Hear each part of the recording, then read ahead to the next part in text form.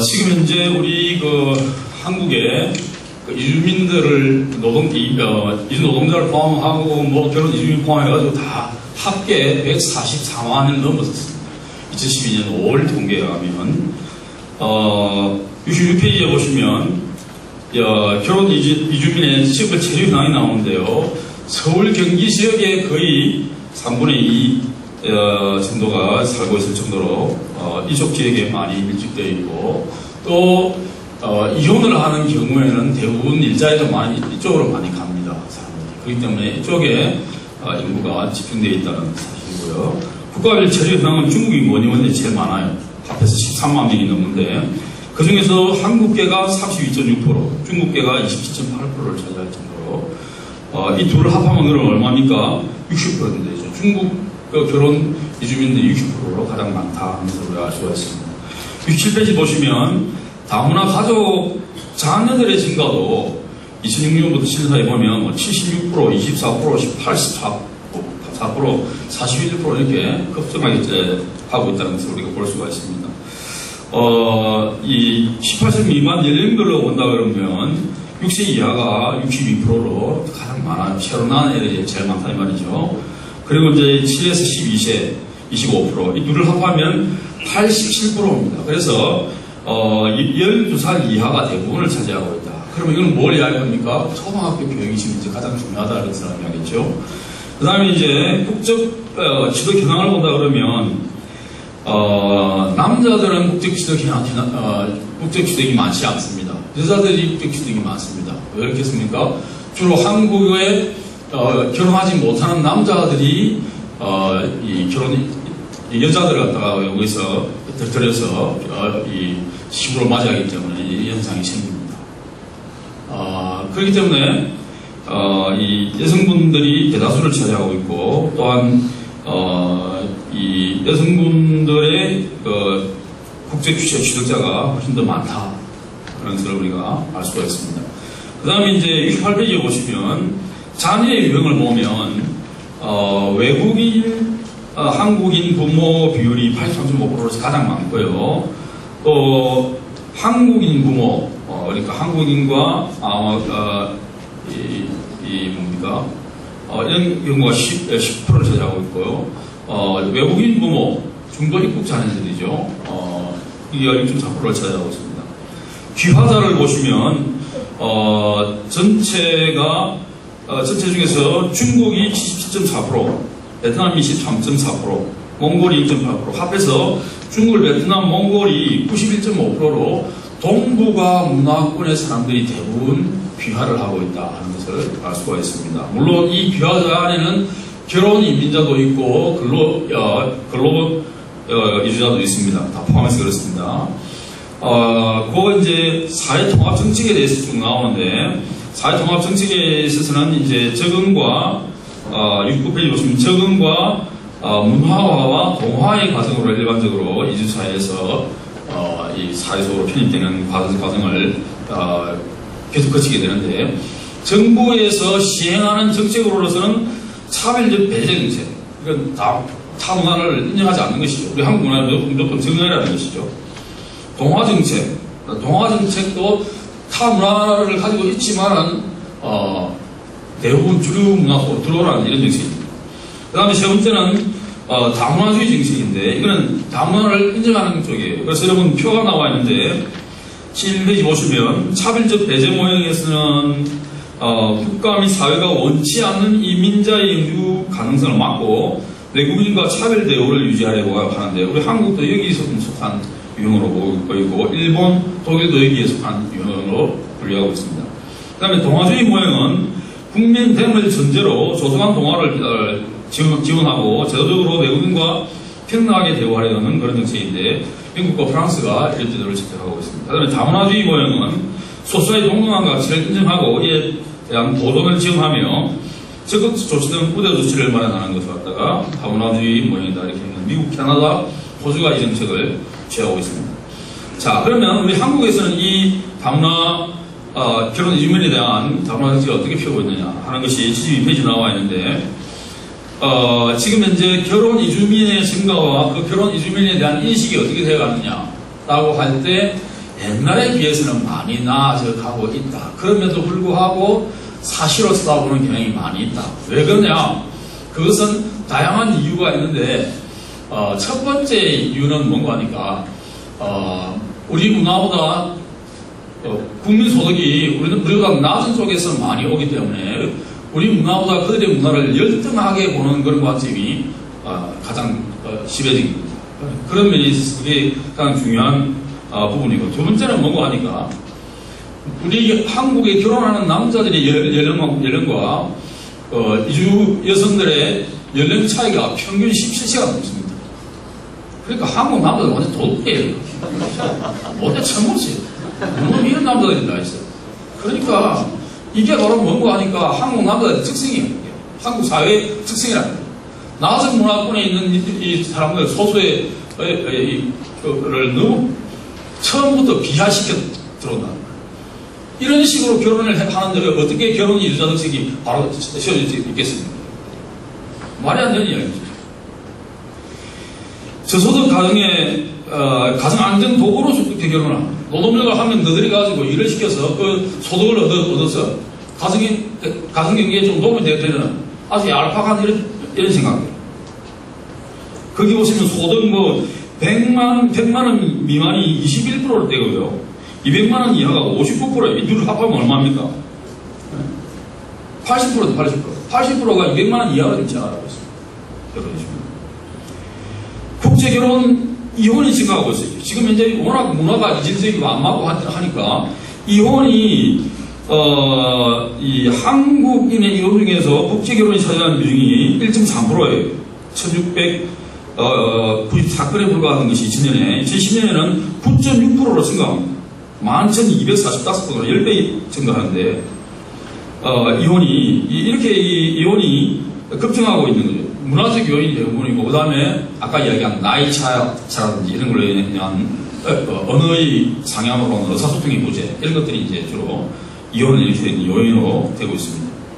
그래 이제 보건복지부에서 이런 문제를 해결하기 위해서 여러 가지 정책을 펴고 있긴 합니다만 아직까지 적극적이지 못하다 하는 것을 아시고 있습니다.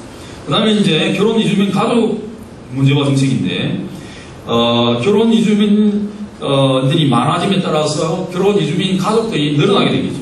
다시 말하면 그 자녀들이 늘어나게 된단 말이죠. 그래서 급격하게 증가하고 있다는 것을 아까 통계에서도 봤는데, 문제는 중도 입국 자녀입니다. 다시 말하면 외국에서 여자분이나 남자분이 살다가 낳은 애들이 다시 한국에 와서 결혼을 했을 때 하고 난 이후에 애들을 데려온단 말이에요. 얘들은 도저히 적응할 길이 없어요. 지금. 이게 지금 이제 문제로 남아있다는 것입니다. 74페이지 보시면 국내 출생 자녀 재학률의 비율이 초등학교는 85.4%, 중학교는 83.9%, 고등학교는 70.9%로 뚝뚝 떨어지고 있죠. 근데 중도 입국은 더 심합니다. 초등학교는 좀 나아요. 60%, 중학교는 55%, 고등학교는 30%. 중도 입국 자녀들의 재학률이 이 문제입니다. 그래서 한국의 이 다문화 결혼 유인을 위한 다문화 정책이 쭉 이렇게 전개되고 있으니까 여러분 그 부분은 참조를 하시기 바랍니다. 그러면 결혼 이주민 선교를 위해서 교회가 어떤 역할을 감당해야 할 것이냐 하는 부분을 이야기하는데, 우리가 신학적 전제는 통전적 선교입니다. 복음 전도만이 선교가 아니라 인간의 전 삶의 영역, 영혼뿐만 아니라 전 삶의 영역을 케어해주는 것이 이 선교라는 관점에서 전개하는데, 이것은 1974년 로잔 대회 정신이기도 합니다. 그래서 옛날에는 복음전도와 사회 참여를 서로 대척적인 것, 반대 개념으로 보고, 복음주의 교회들은 주로 복음전도, 또 에큐메니칼 교회들은 주로 사회 참여 이런 식으로 나왔는데, 존 스타트는 그렇게 보지 않았어요. 복음전도의 반대는 사회 참여가 아니라 복음전도를 하지 않는 것이다. 사회 참여의 반대는 복음전도가 아니라 사회 참여를 하지 않는 것이다.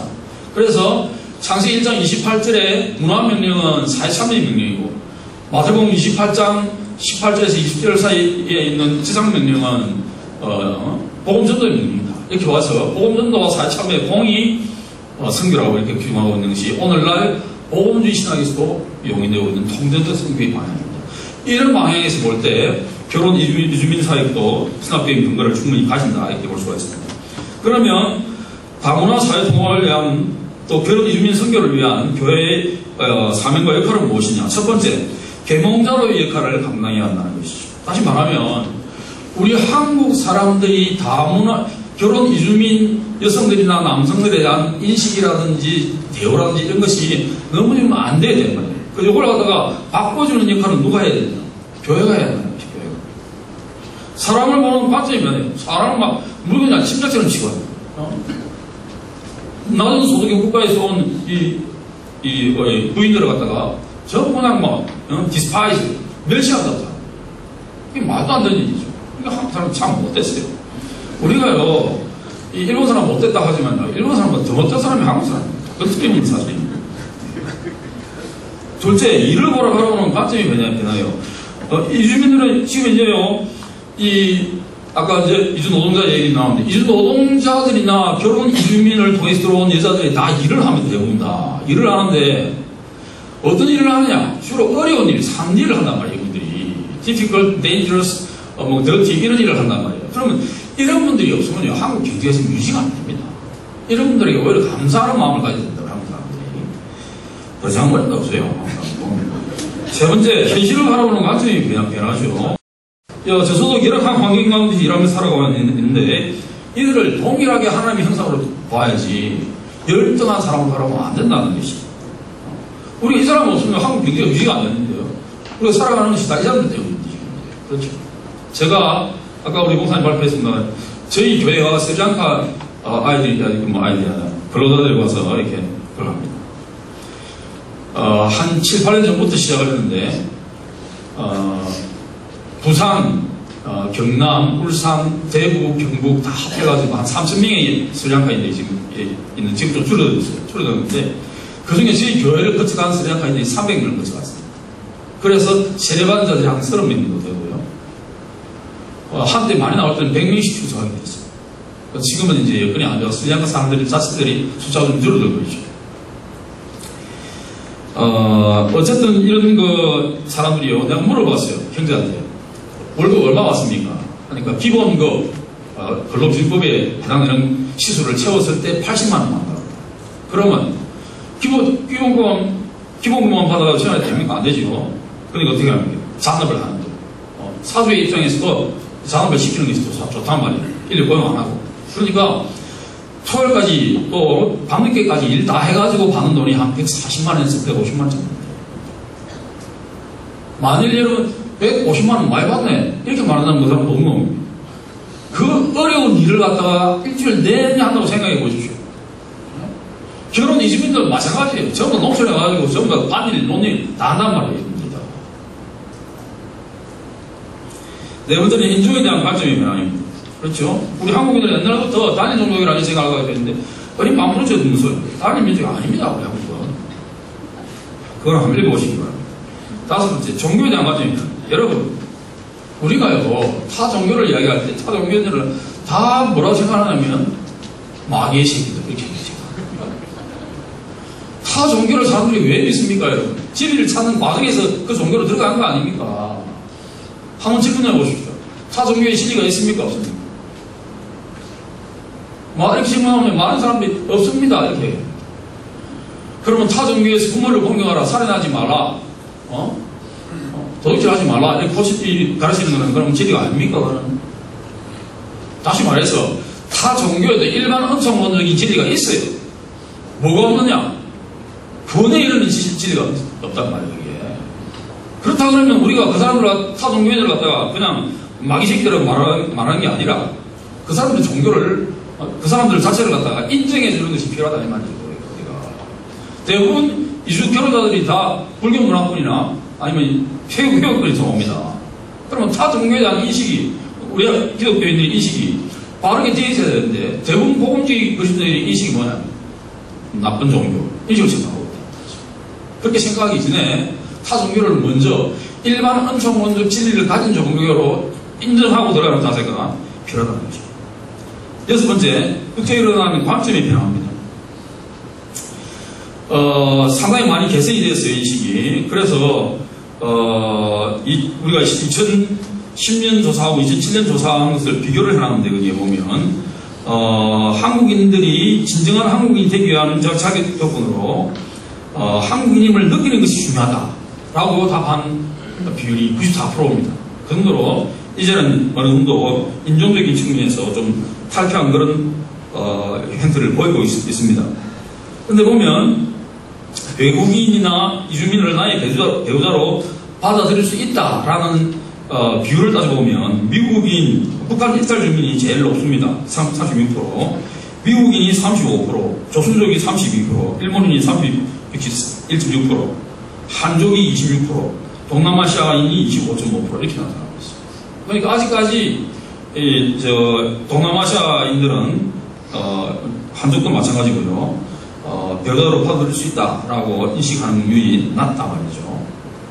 그 다음에 이제, 다시 이제 두 번째 79페이지 넘어가가지고 참여자로서의 교회의 역할을 본다 그러면 지역사회 내에 거주하고 있으면서 어려움을 당하고 있는 결혼 이주민들을 우리 교회가 살펴봐서 그들을 돕는 실천, 사랑의 실천을 갖다가 우리가 해야 한다는 것이죠.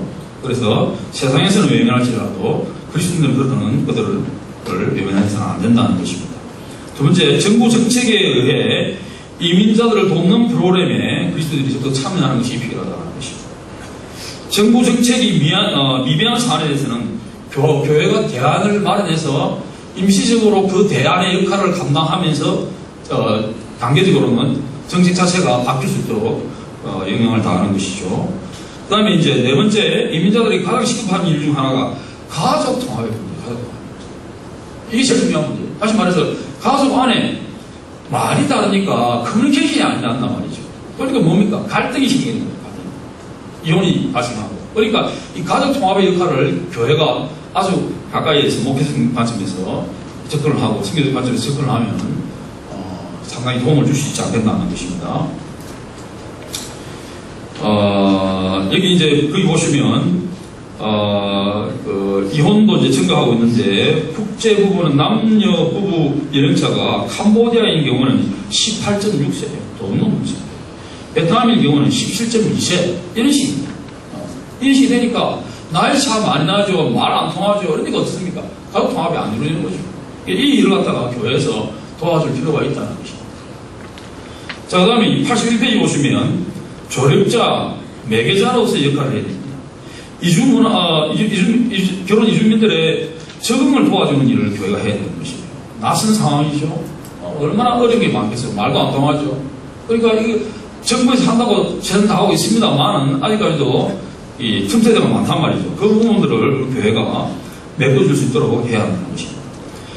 그 다음에 이제 이주민 가정 내 가정폭력이나 부부 갈등 등 피해자들을 위한 상담과 도움의 역할도 역시 국가에서 하고 있긴 하지만 교회가 적극적으로 참여하는 것이 필요하다.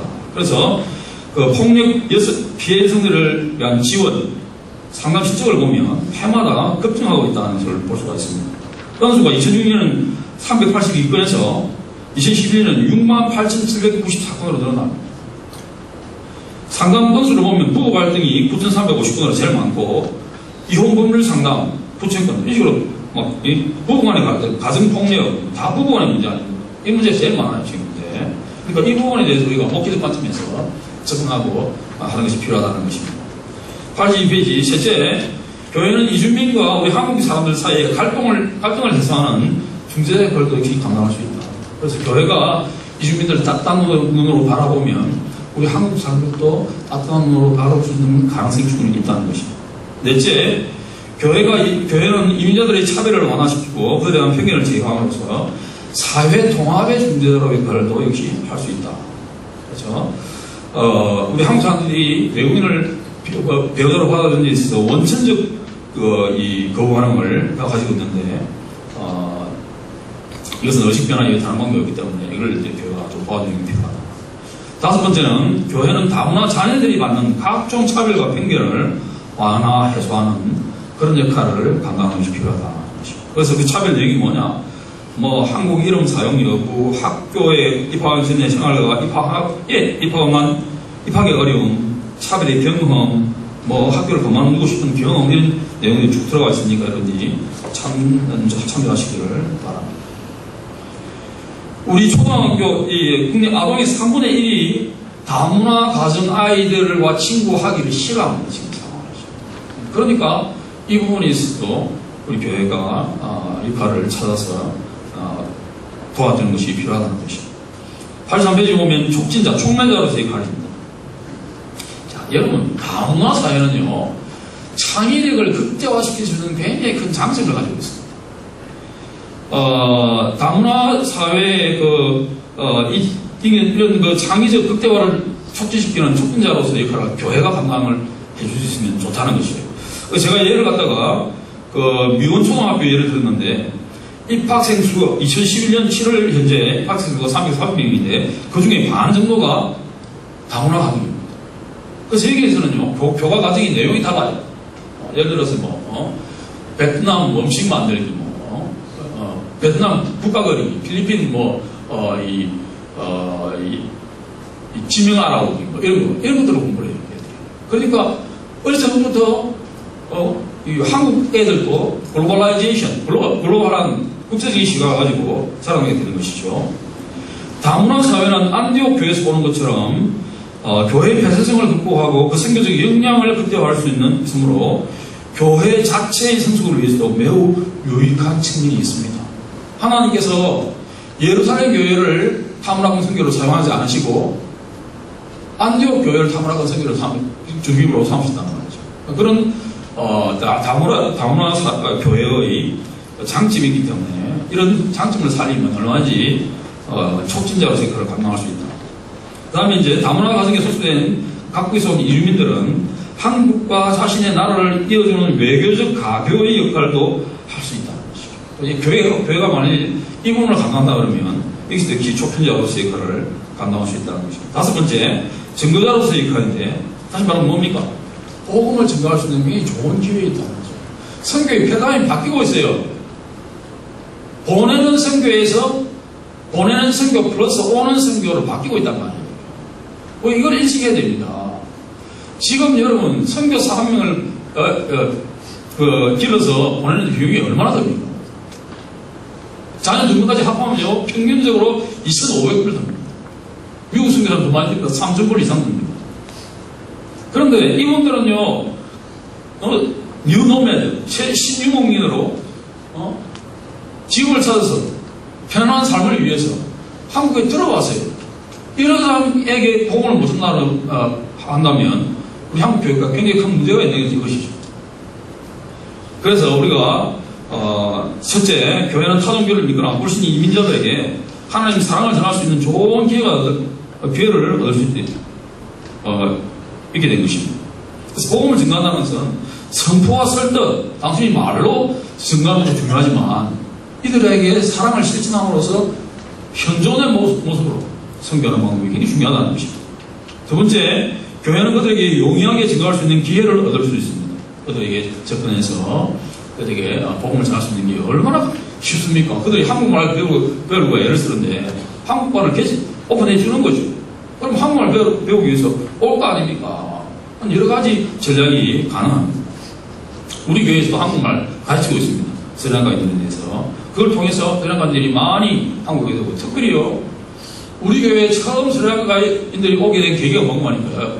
우리 한 집사님이 송도 해수경에 가서 전도하면서 한 깜짝하고 예쁘게 생긴 그 근로자를 갖다 데리고 왔어요. 우리 교회 오라고 권유를 했어요. 권유를 했는데 제사도 알려주고 약도도 알려주고 이렇게 알려줬어요. 그런데 이 형제가 이 주일날 오면서 친구를 좀 데리고 왔어요. 우리 교회가 이제 국민교회인데 부산대학병원하고 동아대 국민캠퍼스하고 그 사이에 있습니다. 의사들이 많으니까. 근데 그 데리고 온 사람들이 다 병이 있어요. 그래가지고 그 병을 다 무료로 치료를 해줬어요. 왜? 의료보험이 가입되어 있으니까 의료보험금을 타면 된다는 거 아니죠. 공간에서. 그러니까 돈 안 받고 치료를 해줬어요. 그러니까 얼마나 감사합니까? 아픈 병이 있다가 나왔으니까. 그 다음 주에 무대기를 데리고 왔어요. 그래가지고요, 처음으로 2006년인가 그때는요 10월부터 시작해가지고 그 다음에 3월까지 우리 교회 등록 인원의 90%가 스리랑카인 얘기했습니다. 얼마나 이분들에게 전도하겠습니까? 그래가지고 우리가 마침 스리랑카에서 2년 단기 선교를 하던 자매가 있고요. 또 집사님들이 헌신적으로 일을 해가지고요. 아주 체계적으로 사역을 잘한 경험이 있습니다. 정말 좋은 기회입니다. 이런 기회를 놓치면 하나님으로부터 책망받게 될 것입니다. 그 다음에 이제 셋째 마지막으로 교회는 결혼 이주민 선교를 통해 교회 역동성과 복음 역동성을 배가할 수 있습니다. 잘만 하면요 교회 활력과 생계를 돕는 좋은 촉진 매개 역할을 이주민들이 감당할 수가 있습니다. 이런 효과를 우리가 잘 감당을 한다면 하나님께서 이주민 선교 플러스 교회를 살리는 역할을 해줄 것이다 이렇게 믿습니다. 감사합니다.